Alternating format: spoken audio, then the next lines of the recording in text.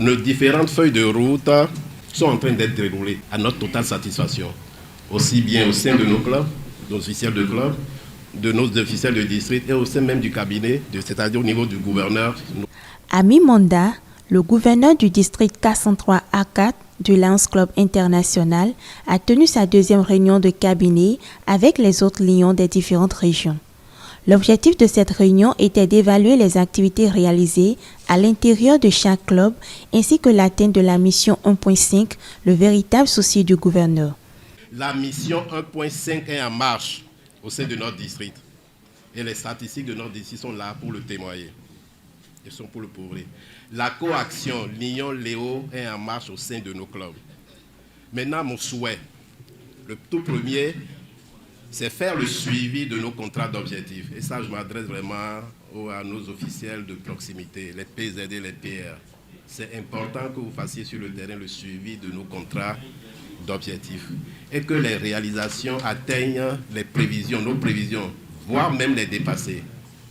C'est assez important parce qu'au travers des résultats, des diapos que nous avons fait, des statistiques que vous avez projetées tout à l'heure, nous avons constaté que les réalisations sont largement en deçà de nos prévisions.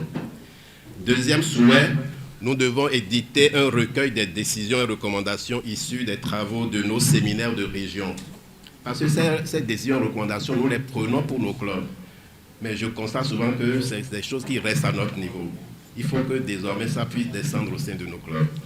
Troisième souhait, la commission, la fameuse commission de suivi et évaluation des décisions et recommandations. Il faut que cette commission se mette immédiatement au travail pour le suivi et la mise en œuvre des dites recommandations. Après l'énumération des différentes difficultés qui bloquaient l'atteinte de la mission 1.5, le gouverneur a insisté sur la nouvelle feuille de route à suivre avant la fin de son mandat.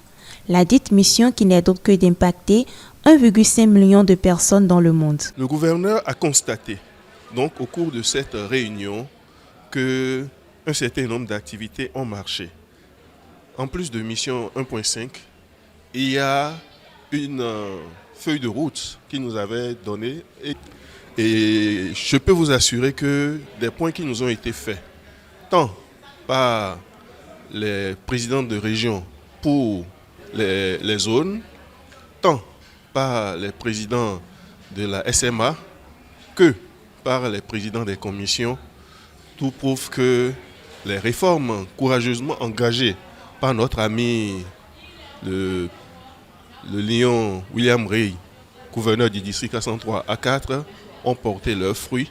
C'est aussi l'occasion pour l'ex-gouverneur Philip Johnson de rappeler les modalités à suivre pour la convention Melbourne en Australie qui aura lieu du 21 au 25 juin 2024. La compagnie pour aller à Melbourne, je crois que c'est Ethiopian Airlines qui a eu la préférence. Donc théoriquement, elle fera des réductions pour les tarifs préférentiels pour ceux qui vont à Melbourne. Vous aurez toutes ces informations-là.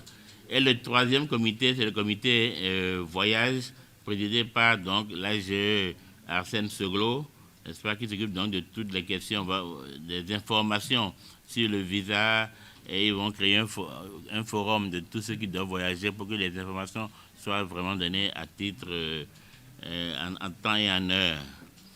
Ceci étant dit, j'ai déjà remercié le gouverneur pour la qualité de la réunion. Je nous dirais donc de continuer à travailler. Vous voyez, le district avance, mais il ne peut pas avancer sans vous. Il ne peut pas avancer sans nous. Donc nous devons chacun, tous les jours, mettre la main à la pâte, ensuite à la poche, pour que le district puisse évoluer. À l'issue de cette séance, le gouverneur William Ray promet avec l'ensemble des autres lions une commémoration à l'endroit des membres du Lions Club International décédés lors du drame de Dassa Zoumé le 29 janvier 2023.